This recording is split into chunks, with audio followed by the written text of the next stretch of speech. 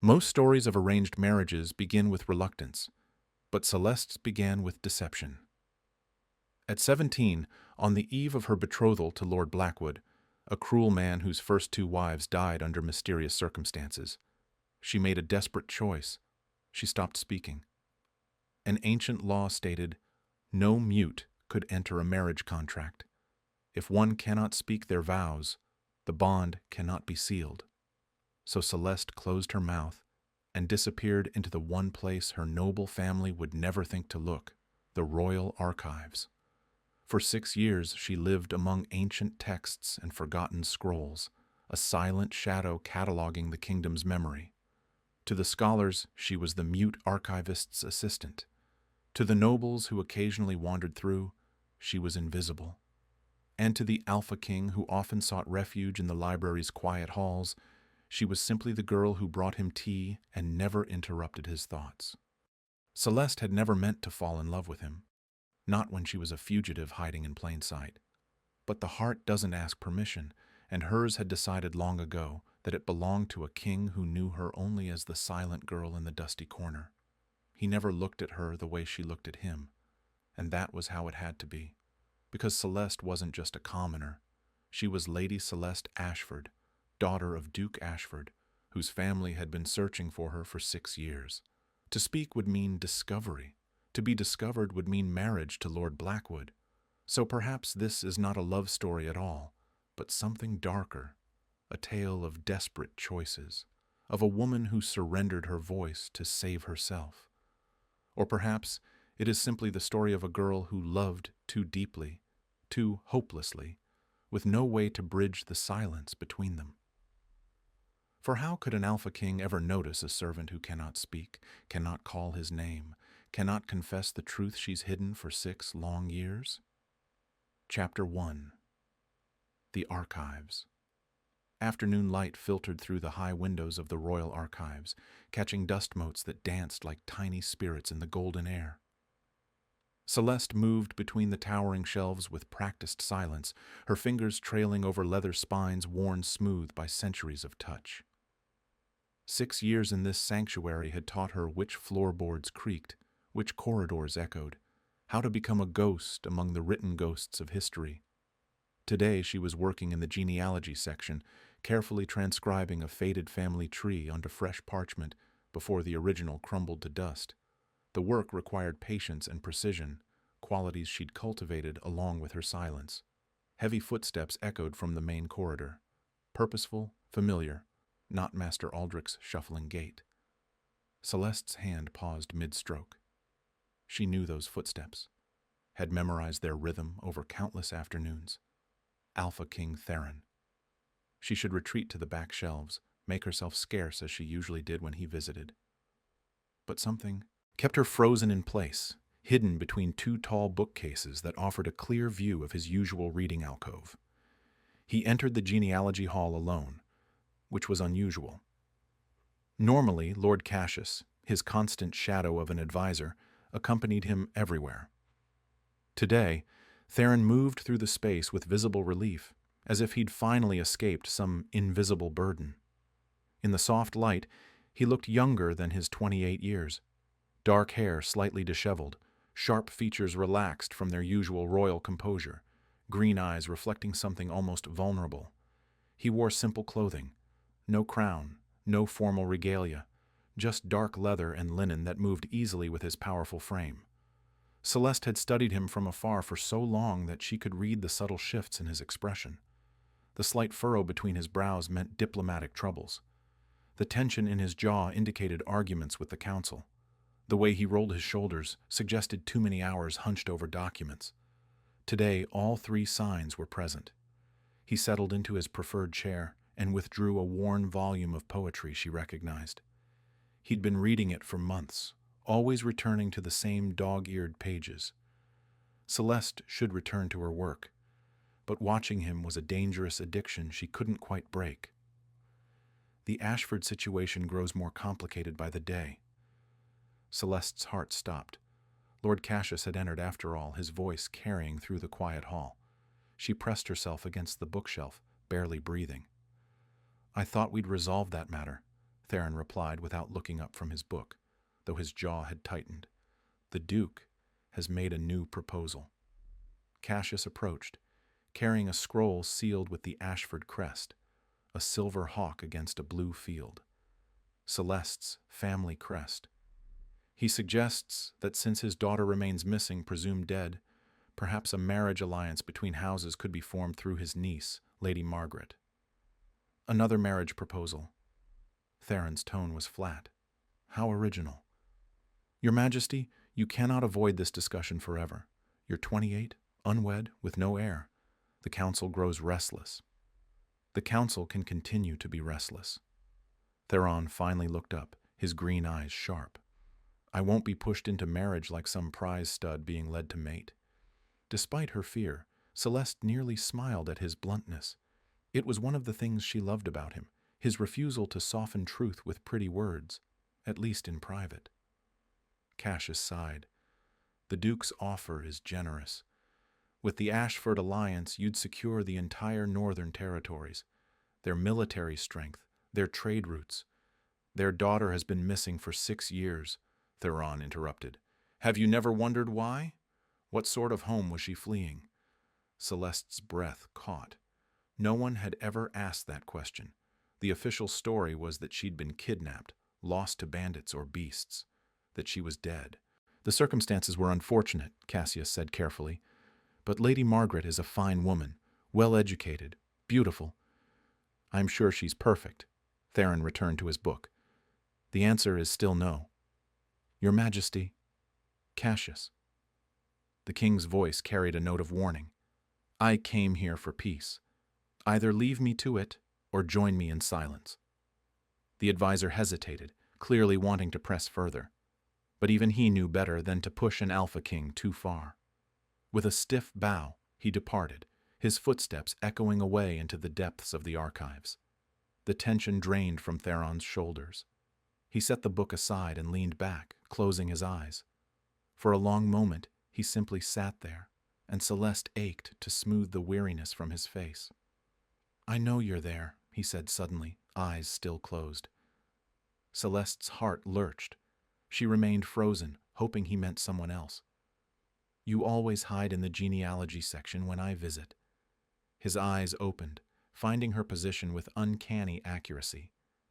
Between the 3rd and 4th shelves, where the light doesn't quite reach. Slowly, Celeste stepped into view, cheeks burning. 6 years of invisibility, shattered in a moment. Theron's expression softened. I didn't mean to embarrass you, He trailed off, studying her with an intensity that made her pulse race. You bring me tea sometimes, always perfectly steeped, always at the exact moment I need it. How do you do that? She gestured helplessly, unable to explain. Right. You can't speak. He stood, moving closer but maintaining a respectful distance. Master Aldrich mentioned you have a gift for anticipating needs, reading people. His head tilted slightly. What do you read in me? Everything, she wanted to say. I read your loneliness in the way you seek out empty spaces. I read your kindness in how you thank every servant by name. I read your strength in how you carry burdens you never asked for. Instead, she could only meet his gaze, hoping he might see some shadow of her thoughts. You have remarkable eyes, he said quietly, like storm clouds shot through with silver. I've never seen eyes quite that color before. Panic flared. The Ashford family was known for their distinctive gray eyes. She dropped her gaze immediately, turning back toward her workstation. Wait! His hand caught her wrist, gentle, not restraining. The touch sent lightning through her veins. I'm sorry. I've made you uncomfortable. She shook her head quickly, though her heart hammered against her ribs. It's rare to find someone who appreciates silence as I do, Theron continued. Everyone always wants something from me. Words, decisions, action. But you...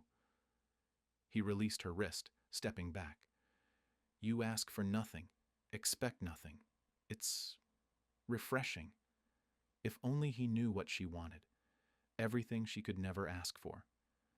Would you mind if I continued reading here? he asked. "I promise not to disturb your work." She gestured to the chair, giving permission that wasn't hers to give. They worked in companionable silence as afternoon faded to evening. Celeste transcribed her family tree, hyper-aware of every breath Theron took, every rustle of pages turning. Twice she rose to fetch books from higher shelves. Once she brought him tea without being asked, and his surprised smile made her heart soar. This, she thought, was dangerous. More dangerous than any discovery, any forced marriage, because this felt like something real, something possible. And hope was the cruelest trap of all. Chapter 2. 3 months of paradise. 3 months passed in a rhythm that was both paradise and torture. Every afternoon Theron would appear in the archives, seeking refuge from his duties. Every afternoon Celeste would pretend to work, while her entire being focused on his presence. They developed a language without words. He would arrive, catch her eye, and smile. A real smile, not his public face. She would have tea ready, always perfectly timed. He would read or work through documents, occasionally sharing observations about history or politics. She would listen, respond with small gestures, and pretend her heart wasn't breaking with each passing day. Winter arrived with unusual fury, bringing snow that transformed the palace into something from a fairy tale. The archives became even colder than usual, and Celeste took to working in heavy shawls, her fingers sometimes too numb to write clearly. Theron noticed, of course. He always noticed. One particularly bitter afternoon, he arrived with a package tucked under his arm. "I brought you something," he said, setting it on her desk. Inside was a pair of fine leather gloves, lined with soft wool and thin enough to write in. Expensive. Far too expensive for a simple archivist's assistant. Celeste stared at them, torn between gratitude and alarm. "I noticed your hands shaking yesterday," Theron explained. "Can't have you getting frostbite. The kingdom's historical records depend on you." She looked up at him, trying to convey with her eyes, "This is too much. I can't accept this." "Please," he said softly, "let me do this one small thing." How could she refuse? She slipped on the gloves, flexing her fingers. They fit perfectly. "Better?" he asked, and the warmth in his voice had nothing to do with the gloves. She nodded, then wrote quickly on a scrap of parchment. "Thank you." It was the first time she'd directly communicated with him in writing, the first time she'd bridged that gap, even slightly. His smile could have melted the winter itself. "You're welcome. I think you understand me better than anyone in this palace," he told her one evening as they worked by lamplight. "Isn't that strange? We've never had a real conversation, yet somehow—" She looked up from her transcription, meeting his gaze. "Sometimes I wish—" He trailed off, shaking his head. Never mind. Foolish thought. But Celeste wanted desperately to know. What did he wish? The comfortable routine shattered on a cold afternoon when Lord Cassius arrived with an unwelcome guest. "Your Majesty, Lord Blackwood has requested an audience," Cassius announced from the archive entrance. Celeste's blood turned to ice. She ducked behind a bookshelf immediately, heart pounding so hard she thought it might burst from her chest. "Here." Theron's displeasure was evident. "I'm not holding court in the archives, Cassius." He insisted it was a matter requiring privacy, something about the Ashford situation. Heavy footsteps approached. Through a gap between books, Celeste glimpsed the newcomer. Lord Blackwood hadn't changed. Tall, distinguished, with silver threading through dark hair and cold eyes that assessed everything like a merchant appraising goods. He wore expensive clothing and an easy smile that never reached those calculating eyes. "Your Majesty," his bow was perfectly correct, perfectly empty. "Thank you for granting me this audience." "I granted nothing," Theron replied coolly. "You have 5 minutes." Direct as always. Blackwood's chuckle held no warmth. "Very well. I've come with a proposal regarding the Ashford alliance. Duke Ashford is desperate to secure ties with the crown. He proposes a marriage between yourself and his missing daughter, Celeste." Celeste's breath stopped entirely. "She's dead," Theron said flatly. Presumed dead, never confirmed. Blackwood's smile widened. The Duke believes she may yet live, and if she doesn't, well, the marriage contract itself would be enough. A symbolic union. You'd gain the Ashford wealth and territories. No actual wedding need take place. You're suggesting I marry a corpse for political convenience. I'm suggesting you sign a document that benefits everyone involved. Blackwood leaned against a reading table. Of course, if Lady Celeste does turn up alive, the marriage would be consummated properly. Though between us, Your Majesty, the girl was always peculiar. Ran away rather than marry me, if you can believe the offense. Behind her shelf, Celeste's hands clenched into fists. You were her intended? Theron's tone had gone very quiet, very dangerous. A fine match, I thought. But the girl had strange notions about choice. Blackwood waved dismissively. No matter. Duke Ashford is willing to offer her to you instead. Though I warn you, she's likely wild by now if she lives. You'd have to break her to the harness. Get out. The words were spoken softly, but they carried the full weight of an alpha's command. The air itself seemed to vibrate with suppressed fury. Blackwood straightened, surprise flickering across his features. Your Majesty? I said get out. Theron moved forward, and Celeste had never seen him look more dangerous. If I hear you speak of any woman that way again, living or dead, I'll have you tried for sedition. No one talks about breaking another person in my presence. Ever. I meant no offense. You meant every offense. Now leave before I forget I'm a civilized king. After Blackwood fled, Cassius cleared his throat. Your Majesty, that was perhaps undiplomatic. I don't care. Theron paced the length of the hall. 6 years that girl has been gone. 6 years, and they're still trying to use her for political gain. She ran away for a reason, Cassius. Maybe we should respect that. The alliance would benefit the kingdom, not at the cost of someone's freedom. He stopped pacing. I won't do it. I won't be that kind of ruler. After Cassius departed, Theron spoke quietly. You can come out now. I know you're there. I could smell your fear when Blackwood arrived. Slowly, Celeste emerged from her hiding place, keeping her head down. Did you know him? Theron asked carefully. Is that why you hid? She nodded once. His jaw clenched. Did he hurt you? She shook her head quickly. Not physically. Not yet. She'd escaped before he could. But you were afraid of him. Another nod. Theron closed the distance between them. You're safe here. I won't let anyone hurt you. Do you understand? The promise in his eyes was absolute. Celeste's heart, that traitorous thing, swelled with dangerous hope. I meant what I said about Lady Celeste Ashford. If she's alive, I hope she's found peace somewhere far from these political games. His gaze grew distant. I hope whoever she is now, she's chosen it freely. Celeste wanted to tell him everything, but the words remained locked behind her teeth, trapped by 6 years of careful silence. Because if she spoke, he would know, and knowing, he would be honor-bound to return her to her family. The kingdom's needs would outweigh her own, as they always did for royalty. Chapter 3. The Journey North. Come with me, Theron said one evening, announcing his tour of the Northern Territories. Travel as Master Aldrich's representative, gathering documents for our collection. I want to know you're near. It was madness. Traveling with the royal procession would increase the risk of discovery tenfold. More nobles who might recognize her, more attention, more chances for everything to fall apart. But 3 weeks without seeing him felt unbearable. She nodded. 2 weeks later, Celeste found herself in a carriage as part of the royal procession heading north.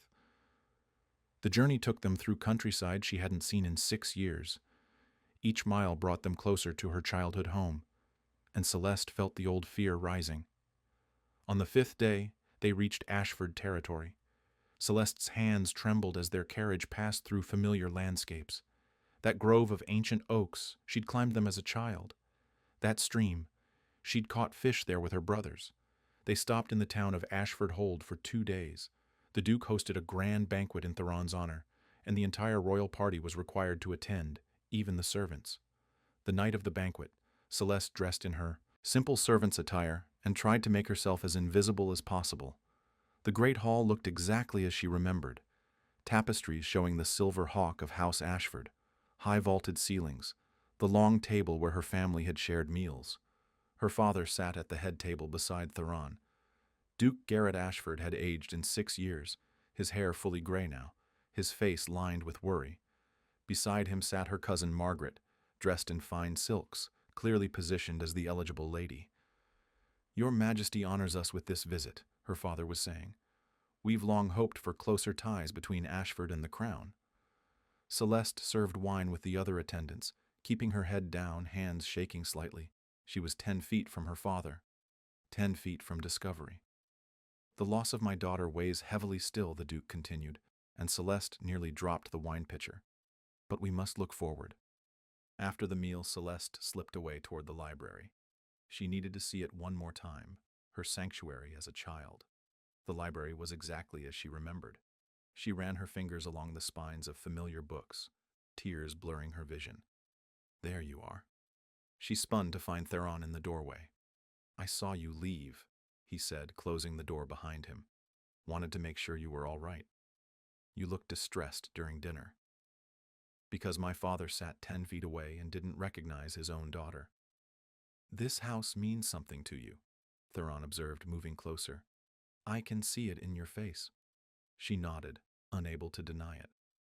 "The way you moved through those halls, you weren't following the other servants.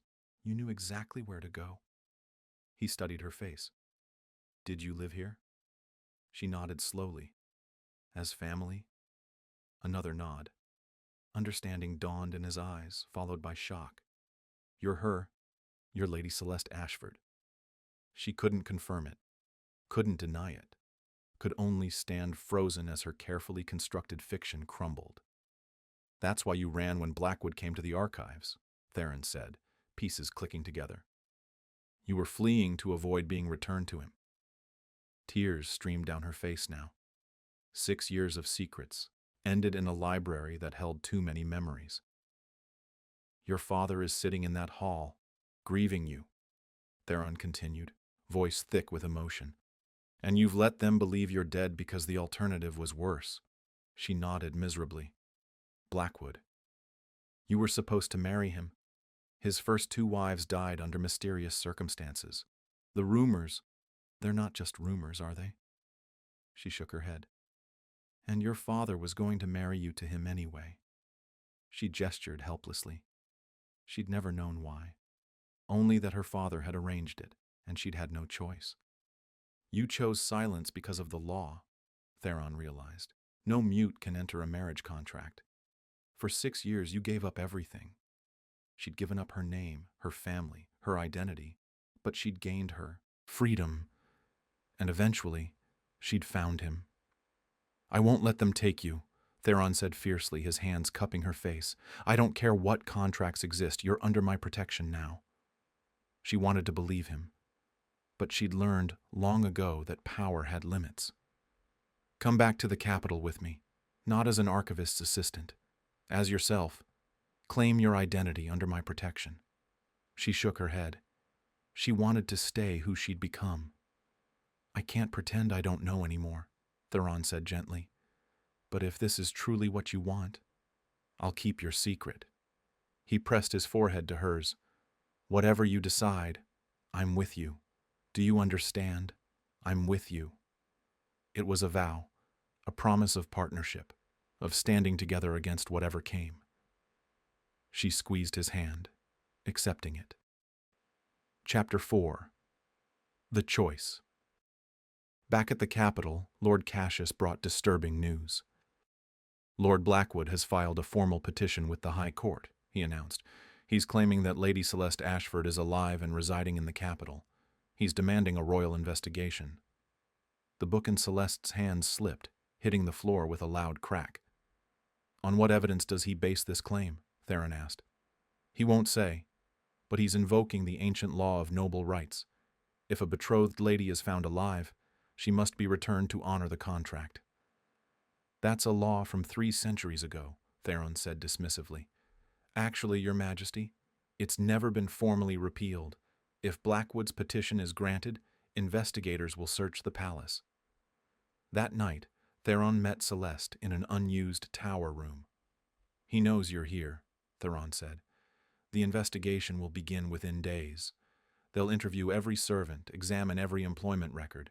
Your arrival 6 years ago, your eyes. They'll figure it out." Celeste wrapped her arms around herself, suddenly cold. "I can protect you," Theron said intensely, taking her hands.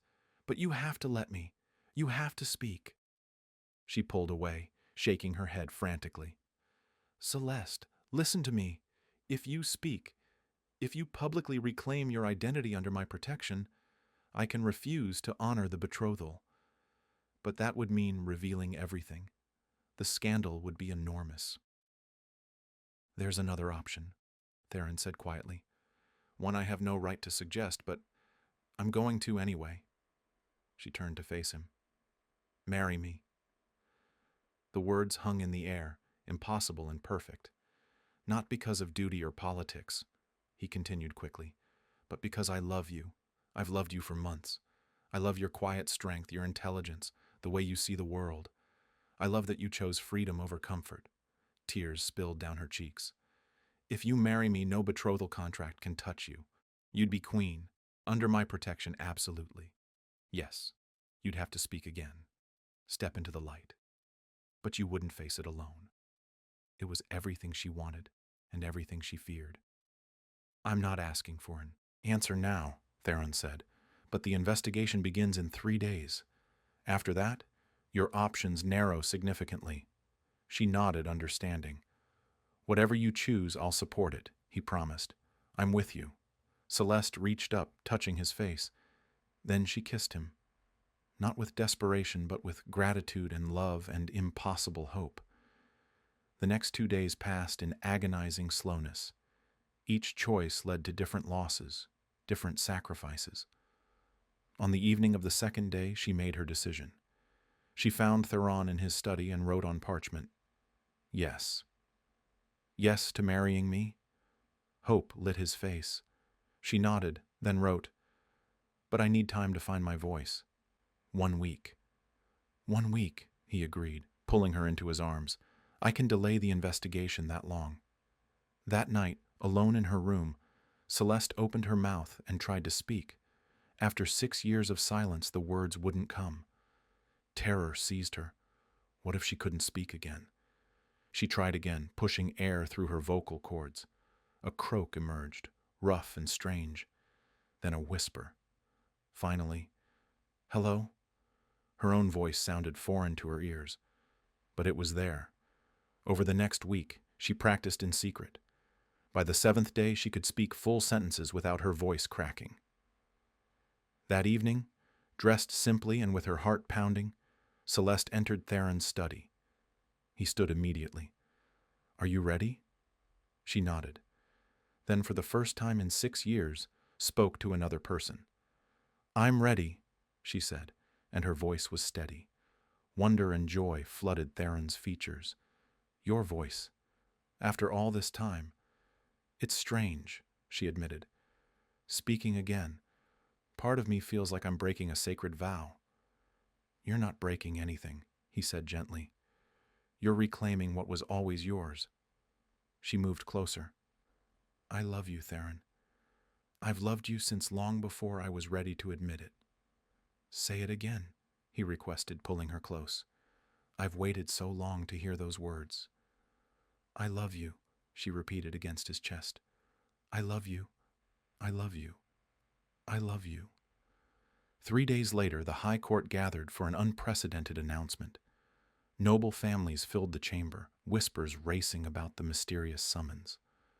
Lord Blackwood sat in the front row, confident. Duke Ashford sat nearby, looking tired and confused. When King Theron entered, silence fell. But he wasn't alone. Beside him walked a young woman in a gown of silver gray, her distinctive eyes scanning the crowd with determination. "Lords and ladies of the court," Theron began, "I present to you Lady Celeste Ashford, daughter of Duke Garrett Ashford, alive, well, and under my personal protection." Gasps erupted. Duke Ashford half rose from his seat, face white with shock. Blackwood's confident expression crumbled. Lady Celeste has been residing in the capital for 6 years, Theron continued, employed in the royal archives. She came to me voluntarily and has chosen to reclaim her name. This is outrageous, Blackwood stood. She's been hiding from her legal obligations. She was fleeing an unwanted betrothal, Theron said coldly. One that I hereby declare null and void. Furthermore, Lady Celeste has accepted my proposal of marriage. The chamber exploded in noise. Father, Celeste said, and the chamber quieted. She stepped forward. I know I hurt you. I'm sorry, but I couldn't marry him. Not when I knew what kind of man he was. You're alive, the Duke whispered, reaching for her with shaking hands. My daughter, you're alive. I'm alive, she confirmed, and I'm finally free. The legal battles lasted weeks, but with the king's support and testimony revealing Blackwood's cruelty, the High Court sided with Celeste. The betrothal was dissolved. The wedding took place in late autumn in the palace gardens. When it came time for vows, Celeste spoke them clearly.